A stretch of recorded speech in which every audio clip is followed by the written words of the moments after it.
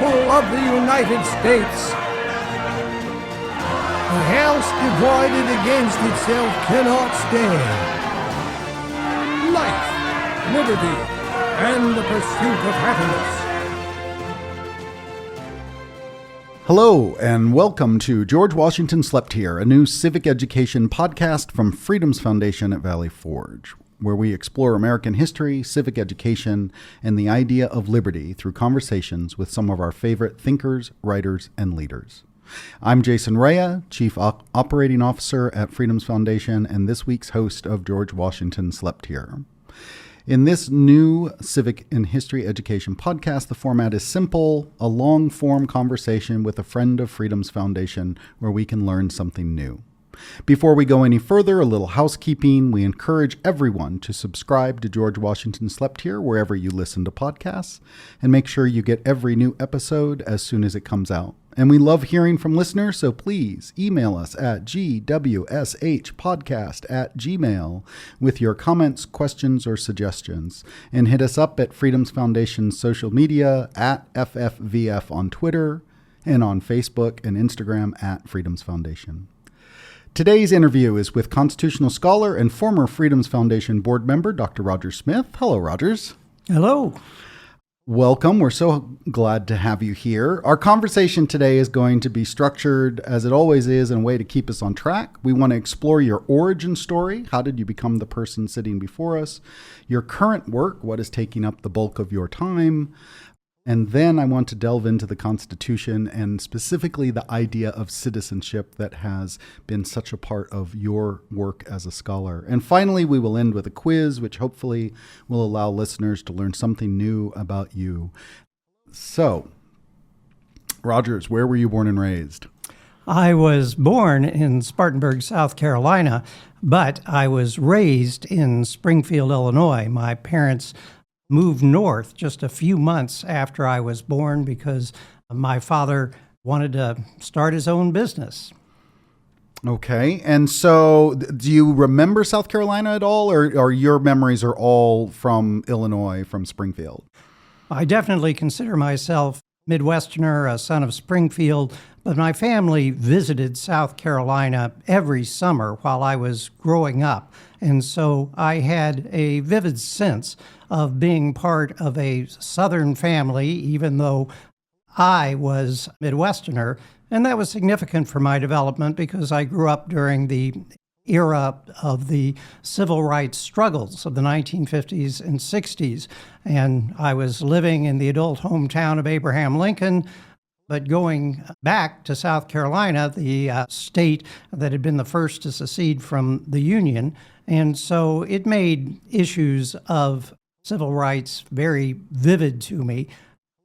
And I would guess in some ways a unique perspective, from a lot of people who would have experienced the civil rights movement from one place or the other, from the North or the South or the Midwest, but you were experiencing it in some ways from these two very different places in America with a very different view on the civil rights movement. Absolutely. And it did make vivid for me the fact that America contained these very different and conflicting perspectives on some very fundamental issues, and yet there were some deep agreements and shared values in the different parts of the country as well. That's interesting. We're going to have to come back to that because I wonder if that experience has an outsized influence on the work that you end up doing. But I want to ask you about your early influences. I'm always fascinated on who are the people that influenced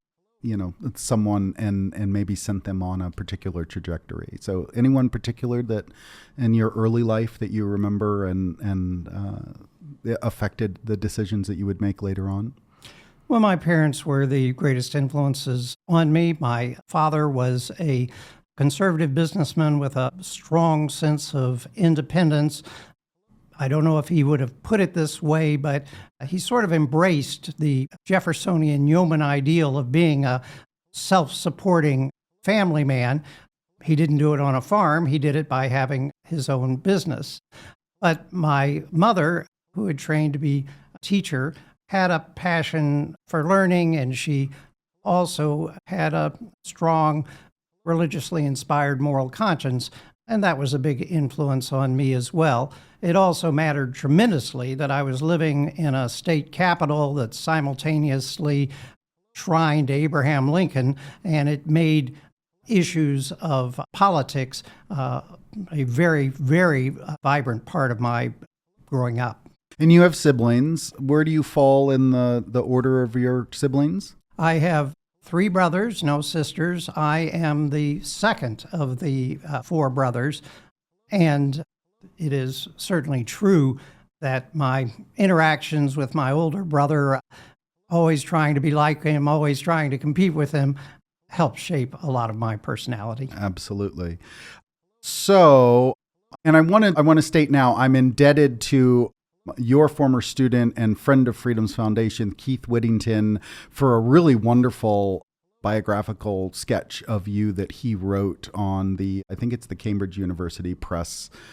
It's a piece that he did that was just full of detail, particularly about your career as a political scientist. And so if I'm accidentally quoting him, I want to give him credit now. Keith is a wonderful First Amendment free speech scholar at Princeton, and we hope to have on the show in the future. But he talked about how you were, from an early age, involved in politics in Illinois, to the point that it influences you to study, politics, philosophy, in your undergraduate. And so you end up at James Madison College at Michigan State University. Was in the decision to go there and to study, politics? Even though I admired my father and saw the pleasure he had in running his own business, and I knew he wanted all of his sons to go into the business, I was always more fascinated by politics. My brothers went into the business, but I got involved in politics at an early age. As a conservative Republican in Illinois in the 1960s, but living in Springfield, I thought that meant that we were for 2 things. We were definitely pro-business and in favor of the capitalist system against its communist rival, but we were also the party of civil rights, and that was part of the Abraham Lincoln legacy. And so I got involved early on. When I was 13, I was elected vice president of the local Teenage Republican Club.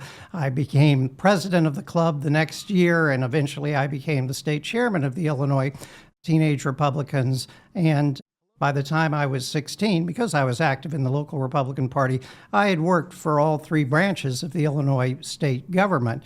But that was a period in the late 1960s in which there was a transition going on in the Republican Party. Illinois Senator Everett Dirksen had been instrumental in the passage of the 1964 Civil Rights Act, but I did discover, as I went through the ranks of the Teenage Republicans and did a lot of work on campaigns and in the state government, that there was a strong movement to retreat from civil rights. And Richard Nixon, whom I strongly supported, he had run in 1960 on the strongest civil rights platform in the history of the Republican Party.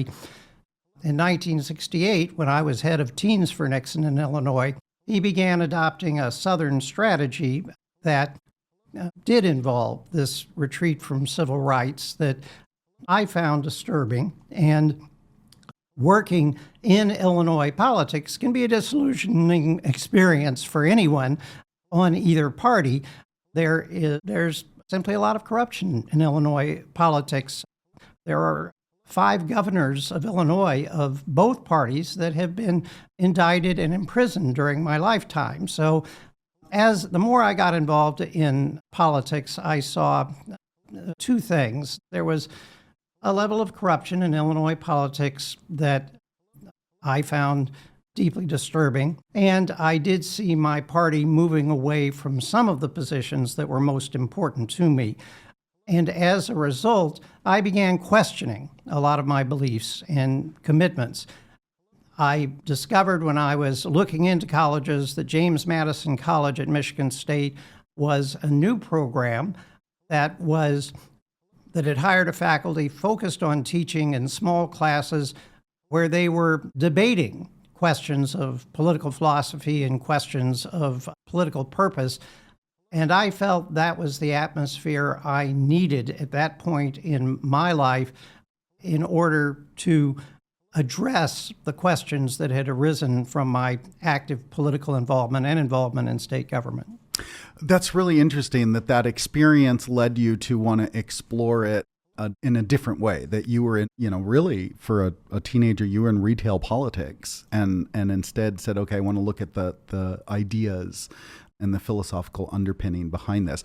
You mentioned that the corruption in Illinois, if I remember correctly, it was Chicago that gets John F. Kennedy elected, at least according to, rumor that Joe Kennedy.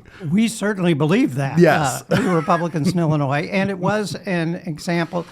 Richard Nixon is obviously a deeply flawed character, but it is true that he was under heavy pressure to challenge the election results, both in Illinois and in Texas, which probably had, there was some vote fraud, but Nixon chose not to do it, saying that it would be too dangerous to the country to challenge the election. And obviously, that's not a model that has always been emulated. I was just going to say that's a very different viewpoint from the one that we see from candidates all over the spectrum, local, state, national, whose idea is challenge until you can challenge no more. And regardless of what that may do to the system itself. But so you're studying political philosophy at James Madison. You decide after you graduate there to go to Harvard to explore a PhD that seems to have been a little bit out of line of the kinds of things you were doing. You were interested in constitutional law. You were in the political science department, but you sort of fashioned this exploration, this study with what you were most interested in. Yes. While I was undergraduate, I made a shocking discovery, which was a deflating one in many ways. Instead of seeing myself as someone who was going to be, very active and influential in politics, I realized that I actually loved studying ideas, learning, and trying to find answers to big questions.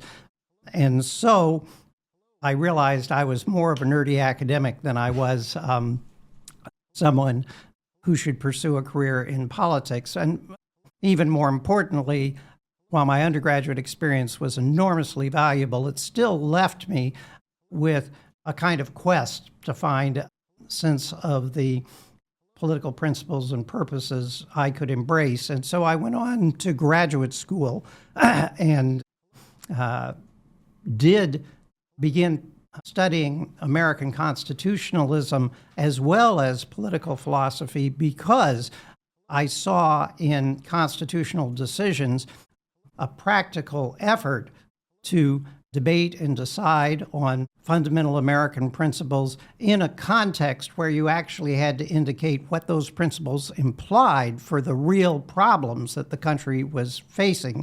And it was that kind of connection that appealed to me. I was an undergraduate, I was a teaching assistant as a graduate student in an undergraduate course taught by Archibald Cox, who of course had been the Watergate special prosecutor. While I was TAing for him, he was preparing to argue the Bakke case, and we had weekly meetings with the teaching assistants, and I was very engaged in discussing the issues that the course raised and that his brief preparation raised. But Professor Cox didn't always want to hear about my efforts to try and connect broader questions of political philosophy with constitutional disputes. He would say to me, "Oh, Mr. Smith, I'm a case man." And that actually spurred me to write a dissertation in which I tried to show that evolving debates in American intellectual history over issues of political philosophy were tied to changing constitutional doctrines and understandings over time, and I wrote a dissertation called Liberalism and American Constitutional Law that became my first book.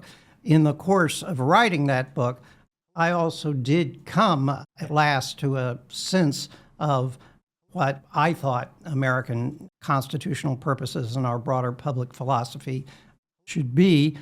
And I also discovered in the course of writing it that I love teaching. And so I was very fortunate to find that I ended up with the perfect career for myself. Was there ever a thought to following in Archibald Cox's footsteps and going full lawyer, before the Supreme Court? Was that ever a draw to you, or was it really the underpinning, the ideas behind the law that really grabbed you immediately? Perhaps surprisingly, it was not at all a draw to me. I had debated as an undergraduate whether I was going to law school, which was my original plan, or going to graduate school, and I chose not to pursue a law career for reasons that were only reinforced over time. As a lawyer, your task is to make the strongest argument for the understanding of the law and the Constitution that will help win the case that you're trying to win. The model of legal scholarship is the advocacy brief in one form or another, and very smart people do very thoughtful work in making these kinds of briefs. But my concern was not to make a constitutional legal brief for my positions, but really to try and figure out what I thought the right answers were, for good or ill, about American constitutionalism, and to understand the courts as governing institutions in America's political system, not so much as entities that are above and beyond politics, a view that currently almost everyone shares. Everyone now sees the courts as embroiled in politics, but if you're a lawyer, you're not supposed to think that way, and I couldn't think any other way, so that was pursuing political science was the right direction for me. So you finish your PhD at Harvard, you wind up your first a job after that momentous feat is at Yale as an assistant professor in 1980, become co-director of the Center for Study of Race, Inequality, and Politics. And this is one of the threads that runs throughout your scholarship and your writing is this idea of race and its influence on politics and policy, which is, it seems like you never lose that connection to, to politics, not just philosophy and law, but, this idea of public policy affects people and it affects. So I'm curious just about your time at Yale. What was, you spent 20 years there before you were poached by Penn. And what was Yale like for you? Well, Yale was wonderful for me. Now, I have to say, it was a lot more wonderful after tenure than before, because it was definitely publish or perish kind of environment. And I was doing things that weren't fashionable in the discipline of political science. So there were a lot of anxieties associated with it in the early years, but it was an enormously intellectually stimulating environment. Now, the Center on Race, Inequality, and Politics, which I started along with Kathy Cohen, who's now at Chicago, that actually came late in my Yale years, the last 6 of the 21 years I spent there.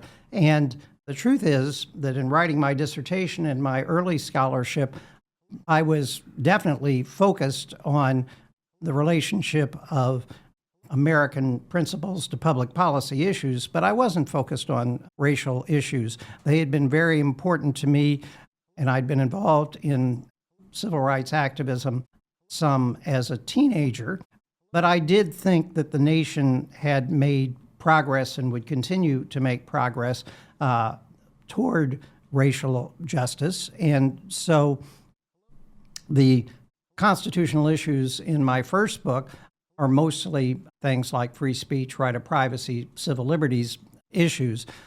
I then got interested in, as a second major project, debate over how we understand American citizenship. Should we understand it primarily in terms of civic republican traditions of civic virtue and sacrifice and public service, or should we understand it as embracing a more privatistic understanding of citizenship, in which we create citizenship so people can follow their diverse pursuits of happiness whichever way they may go, which might include starting your own business or pursuing your religious faith or artistic expression or intellectual pursuits or any of a number of things?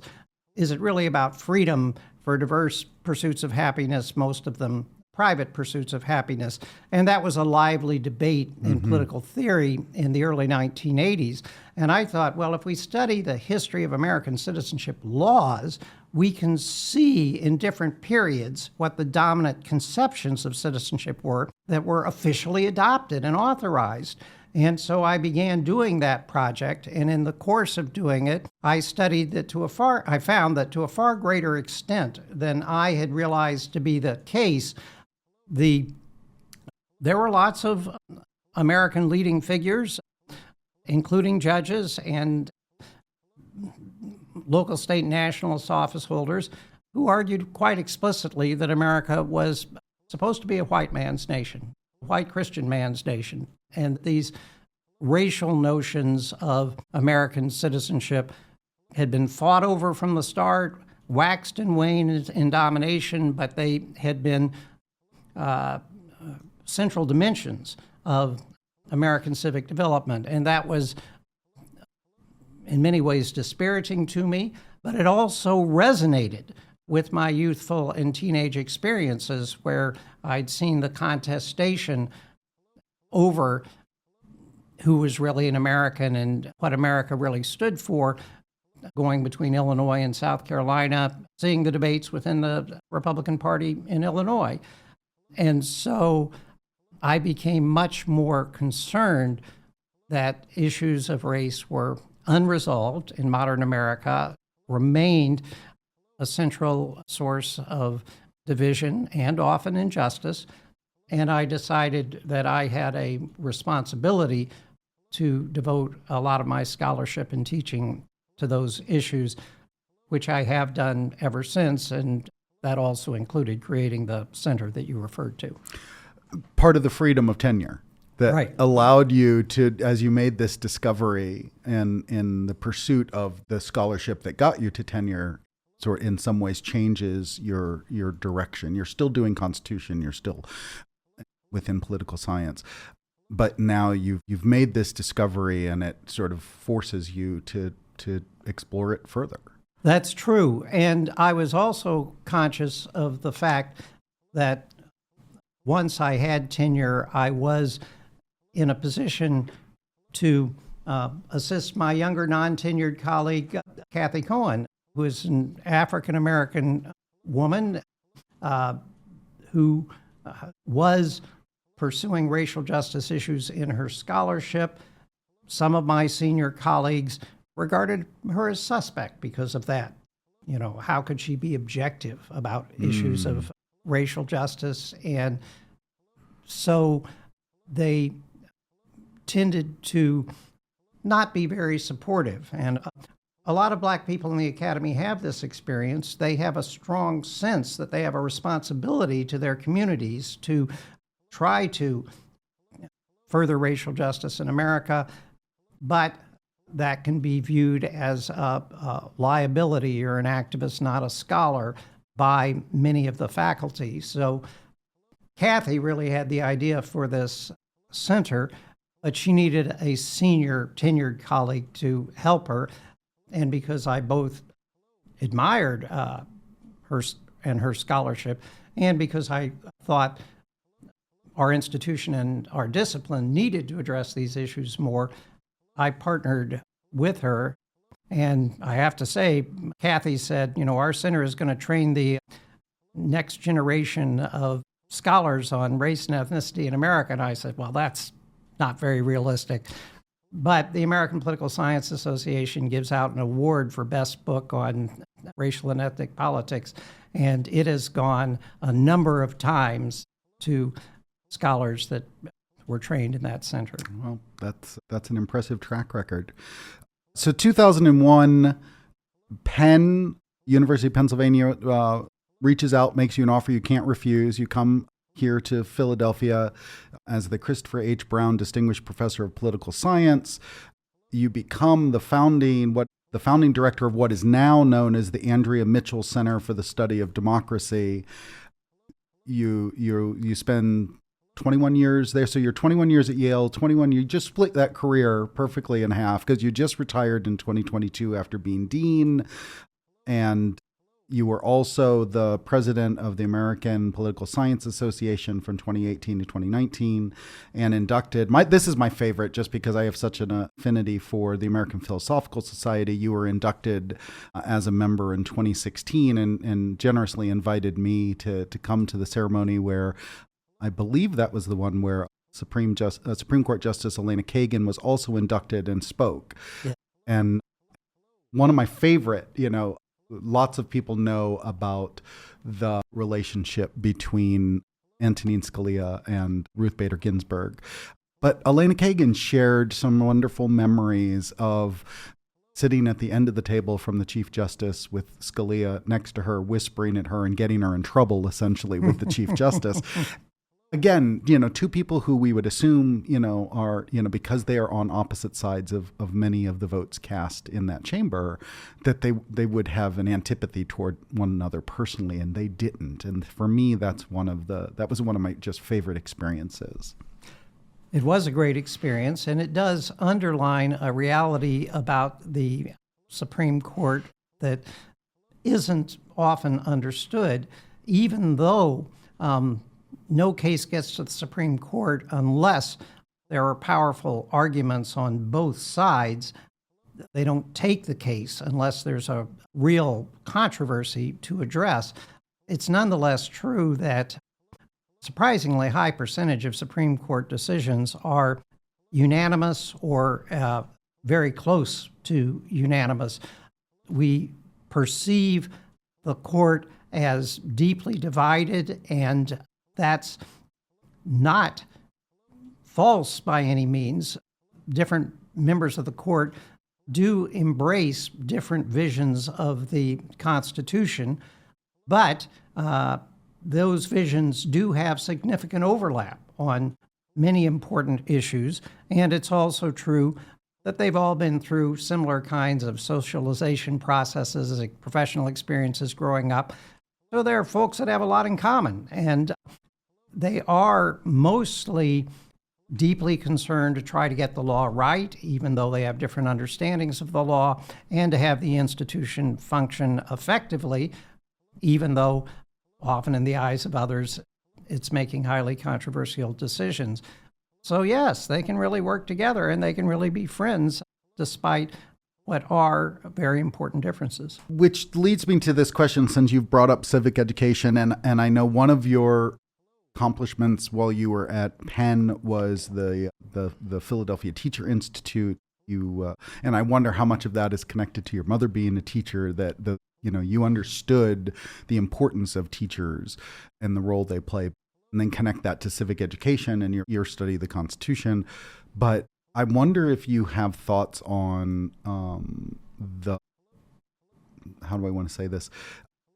The results of that turn away from civic education, and whether it's towards STEM or what have you, and how much of that is affecting the climate that we see today is related to the fact that for too long we weren't, focused on civic education.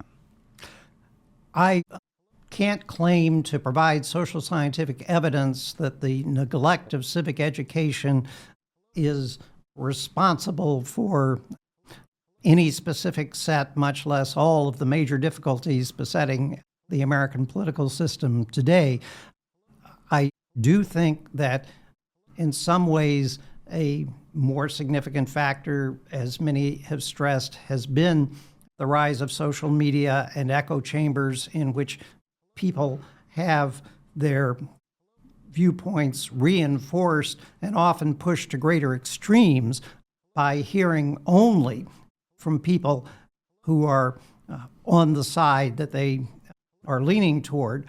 But I definitely think it's the case that that phenomenon is much worse than it might have been if people had had a good solid base of knowledge of the American political system, American history, the different understandings and contests over American values and principles that have defined us as a people.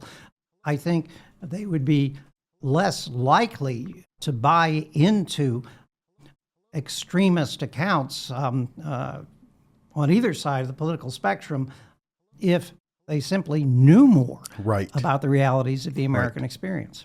So one of the producers of this podcast used to work in a state senator's office, and we were just talking yesterday, and she would occasionally get phone calls, podcaster X said that you can do Y. And she, and they wanted to know why the senator wasn't doing, this thing that this podcaster had said. And she's like, he can't do that. And it was just exactly what you're talking about, that not knowing more meant that, this person in good faith had heard this thing on a podcast and thought, well, that's what, my senator should be doing. And it's like just not possible. And we can, education becomes a bulwark against that kind of influence if people know more themselves. Absolutely. And so I have spent a fair amount of time in recent years trying to assist efforts to re-energize civic education, including those that the Freedoms Foundation is doing extremely well. It is, at this point, an uphill battle, though, both because there is a general distrust of expertise in general, so people don't necessarily believe what they're being taught if it runs against their preconceptions.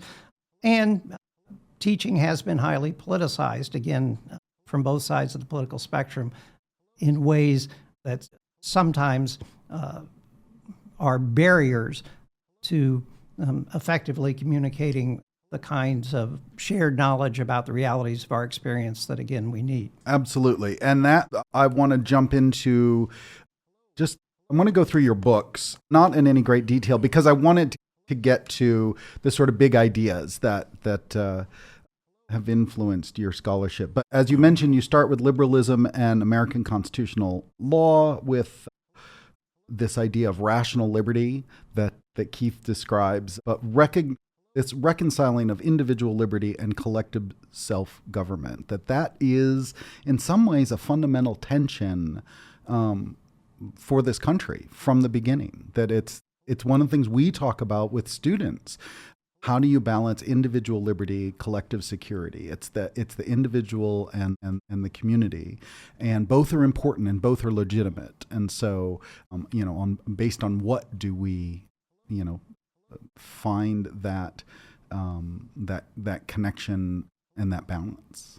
Yes, the phrase rational liberty is one that I moved away from over time because many people in the academy think that notions of rationality have been loaded toward the perspectives of propertied white men. And while I think reason is a more universal characteristic, I didn't always want to debate that topic. But what I was trying to emphasize there is that the United States was the first nation to dedicate itself to promoting liberty for all, not religious mission, not mission of military glory, but liberty for all. That raised the question, though, of what are the boundaries of liberty, and they argued that it isn't really freedom if it's either self-destructive or hostile to the common good of the community. That isn't liberty, that's vicious or licentious behavior. And they were therefore saying that the pursuit of liberty inherently involves this effort to combine a quest for individual fulfillment with recognition of the needs and responsibilities of the community that we all share. And so that did help for me define sense of shared public purposes and constitutional purposes. Yes, liberty for all, but with the ongoing quest to make sure that that liberty was being exercised in ways that contributed to genuine human flourishing, both individually and collectively. There are no easy answers to that, but that is a view of the shared American political project that I think is historically well-founded and morally quite compelling. And is it fair to say still a central tension today, whether it's in Supreme Court cases or, this idea of my individual right to do something versus what is good for the larger community? If anything, the tension is heightened today because while from the outset there were Americans that were committed to creating a system that would permit diverse pursuits of happiness, people were entitled to a large extent to discover and define for themselves what would lead to their happiness, and there would be a wide variety of pursuits. That concept was there from the start. But over time, as we have had more diverse religious and non-religious perspectives, as there have been intellectual evolutions in a variety of different directions, the number of claims that can be made as diverse forms of human happiness have multiplied. There were much narrower conceptions of what really counted as legitimate forms of pursuit. People were all supposed to be, married in heterosexual families, engaged in child rearing, mostly pursuing religious and productive market activities. That vision set outer boundaries as to what pursuits of happiness were permissible. There's been pushback against that on behalf of a whole variety of causes, different religious viewpoints, different views on gender roles and identities, different views on how our economic system should relate to the environment, much, much more. And when you accept that a wider variety of pursuits of happiness may be legitimate, you sharpen the tension between those pursuits and what we define as our common goods and objectives that require us to engage in some self-restraint and some self-sacrifices so that those common goods can be achieved. I think those challenges are greater in some ways now than ever before, but it's important to remember that's in part because the original American quest to expand freedom and opportunities for all has progressed to a significant extent in the course of our history. Right. One of the things that I always, for me, that is most important in teaching young people about our history is that it is one where more and more people have been brought into freedom. It's not to say that, we've even achieved, things perfectly today, but if we look back and we do this great little experiment with the students at our Spirit of America program, where at some point during the Freedom Summit, where they're learning about the Declaration and the Constitution, we ask them to stand. We tell them they're all 18 for the purposes of this experiment, and then we start asking them to sit if they meet certain qualifications. So if you are non-white, sit down. If you are a woman, sit down. If you are not Protestant, sit down. If you are, if you don't own property and not a mortgage, but actually own it, sit down. What you end up with is, three, usually older white chaperones, men, and the professor says, this is who could vote in the first election. And now look around and see, if you were all 18, as we said, who can vote today. And, and it's just this encapsulation of whatever criticisms we may have of where things are today. There is no question that more people have been brought into our system of government and thereby, granted some modicum of freedom and individual liberty than would have had it 250 years ago. Well, that's really a dramatic and moving instantiation of the progress that we've made.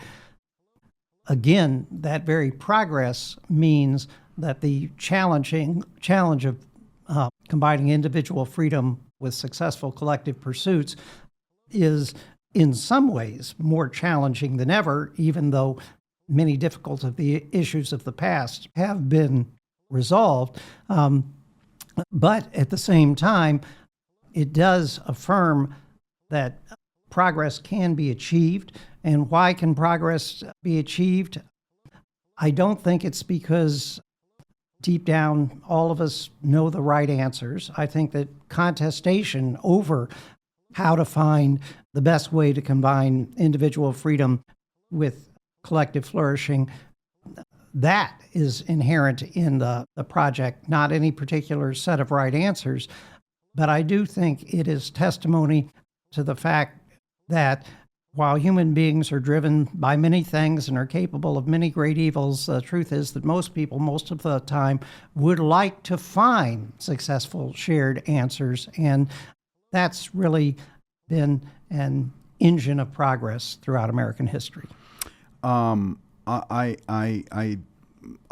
have to say I agree that's this idea that people are not inherently opposed so much as I think there are outside influences, whether that's social media or media, whatever that is, and you see that in the individuals, can be very, very different and develop wonderful relationships. It's when we get into groups, and that's one of the things that you have looked at. You've written last couple of books, Stories of Peoplehood, The Politics and Morals of Political Membership, and Political Peoplehood, The Roles of Values, Interests, and Identities. I want you to talk about what is peoplehood and what is it you were examining, because I think this is, gets to the heart of identity and how we have so many identities. It's the multitude of Venn diagrams and how I'm wondering if that is there something positive? Is there something negative? Is this part of, those split identities is part of what's driving the political polarization that we see today? Yes, I began writing about peoplehood because, having done an extensive study of the development of American citizenship up through the progressive era, I was struck by the power of these racial stories of American identity, more powerful in our past than I had wanted to accept. And I wondered why they had that power. And in reflecting on that, I came to focus on the reality that all modern forms of political community, in fact, all forms of political community through recorded history, are not simply natural. They didn't spring up spontaneously. They were all result of historical efforts to create shared senses of community and institutions for that community that could help that group flourish. And then I got interested in the question, what are the political challenges, the political dynamics involved in trying to foster a sense of shared identity, of community, or peoplehood. And it didn't take a lot of reflection to recognize that those political processes are a double-edged sword. On the one hand, if we're going to motivate people to work cooperatively with each other to achieve common goals, we want to foster a strong sense that they do share an identity and a valuable identity that should motivate their actions.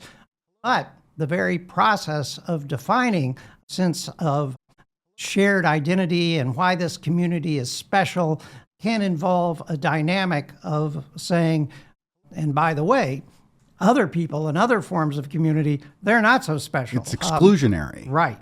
It's inherently exclusionary. And when you have different people competing for leadership, they can say, well, some of my potential constituents, I know they don't like this other group, and so I'm going to offer a vision of community in which that other group is not part of it, or worse, are fit for economic exploitation by our people. And it is built into the politics of creating senses of community or political peoples that they are both necessary if we are to achieve forms of community and institutions that can contribute to human flourishing, and they are always in danger of taking invidiously exclusionary or exploitative forms. And it is a challenge fundamental to politics to try to err on the side of contributing more to flourishing and less to stigmatizing and damaging other groups. It's not something that we ever achieve completely. I have suggested, as you indicated, that it would be beneficial if we recognize that we in fact all have multiple identities, that all have some legitimate claim on us. This both indicates that while we have different identities from other people in one regard, we might have shared identities in another, and that might help us find common ground. And it also works against any one form of identity being treated as solely authoritative and sovereign over others, so that it's my country, right or wrong, as Stephen Decatur said. Well, sometimes your country may be wrong in the way it's treating religious minorities, racial minorities, in its harshness, in its foreign policy, and you shouldn't think it's illegitimate to say, I'm going to challenge that. You shouldn't be told that, no, your allegiance to your nation has to be 100% and you can't question it. But you can see why there's always an incentive for political leaders to impose those demands on people and to be repressive of their different identities and values that might lead them to challenge it. So we hear a lot about tribalism, and is this sort of a different interpretation of that? Are you, is peoplehood something fundamentally different than, and I certainly probably more specific as tribalism gets thrown around and has probably lost all meaning. But this idea that, people are faithful first and foremost to a group of people who are like them in some way, whether that is ethnic identity or political identity or, anything.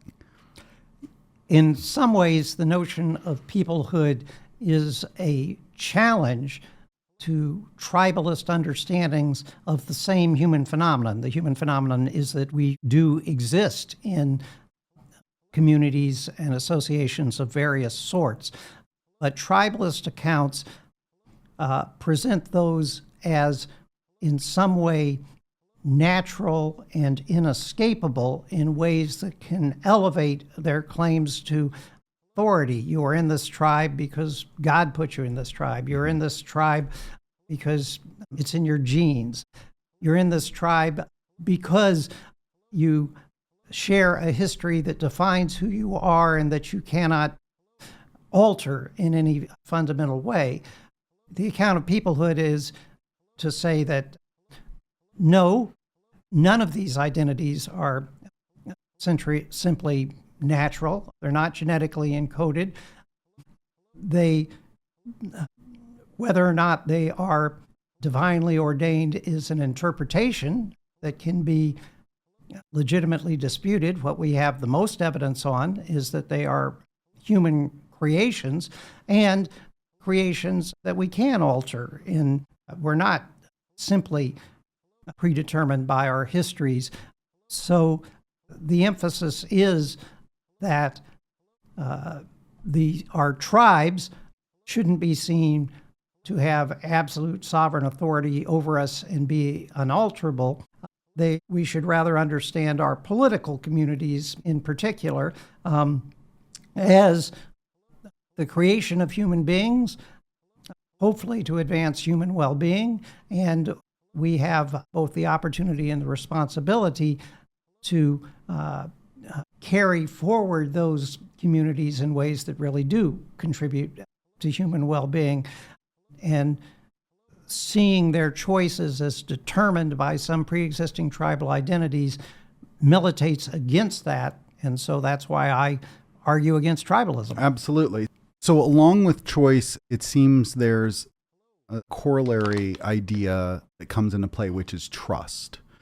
The idea that we choose our associations and that those in part form our identity as political beings, but then the trust of other people's choices and associations, and then the institutions, the trust of government institution. And so I'm just curious how you see those fitting together, and the role of trust in a democracy, in a republic, seems key.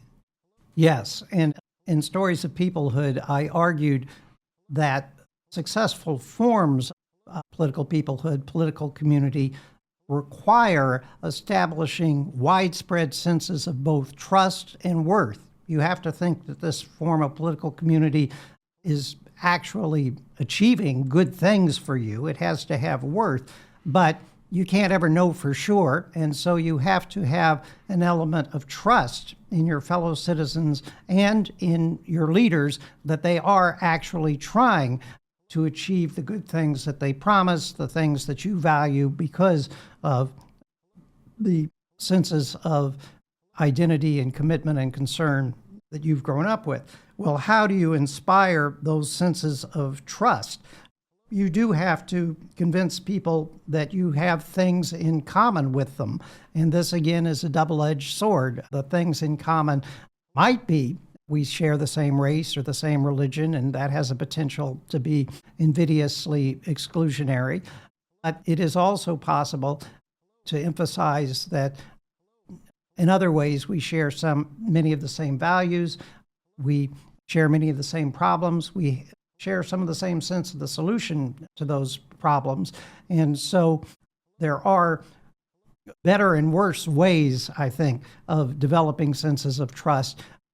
You're right that it is absolutely necessary to do so if societies are to work together effectively. And it's also true that there's always a challenge to build trust on the basis of things that deserve to be a grounds of trust rather than taking an easy route and offering appeals that end up dividing us more than helping us move forward. And I think that's one of the things I see when we talk about how do we find common ground, and that part of it is related to trust. It's we have to and over the last 6, 8, 10 years, it feels like the decline of trust and the ramping up of fear. Fear is probably the wrong word. Of deep concern about the choices that other people are making and the associations that other people are making, seem to be in some ways at the heart of the problem we have, right now in our politics. Well, actually, I think fear is a very good word.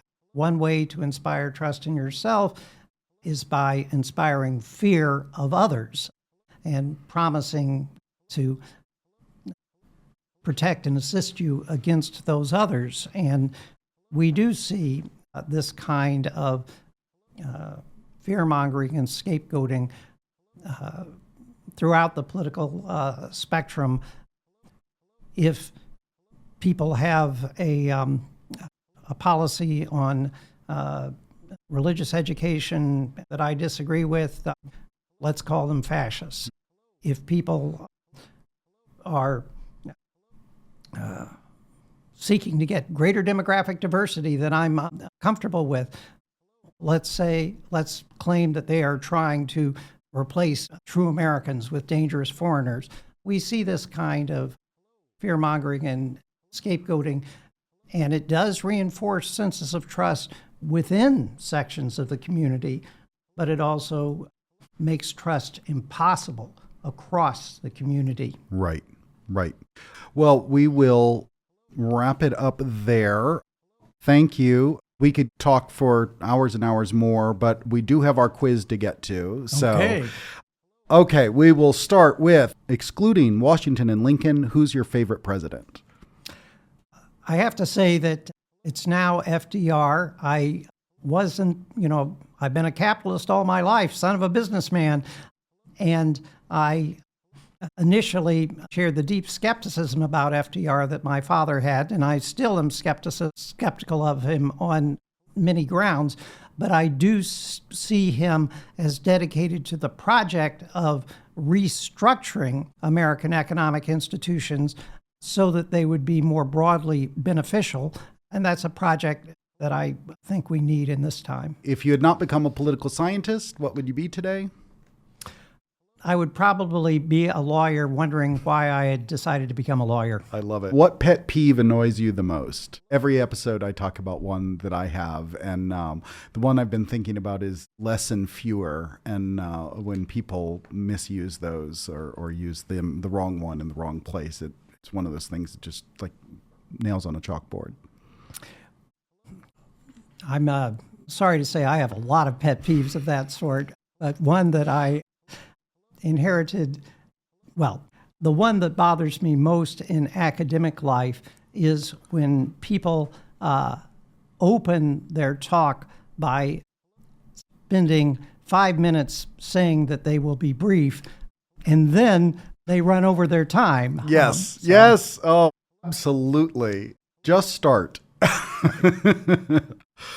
Favorite movie, show, or opera? I think that the modern TV show I admire the most is The Wire. Yes, that was tremendous. One of my favorites. One thing about you would most people be surprised to learn? Well, my students used to be surprised to learn that I was a former teenage Republican president because they saw me as much more liberal. But I think that today people will, because, I had this career in academia, people tend to assume that I have a highly intellectual interest, but the truth is that my favorite hobbies are still the same as what they were when I was 8 years old. I like to watch baseball and read comic books. Excellent. I love it. If you could meet just one historical person, who would it be?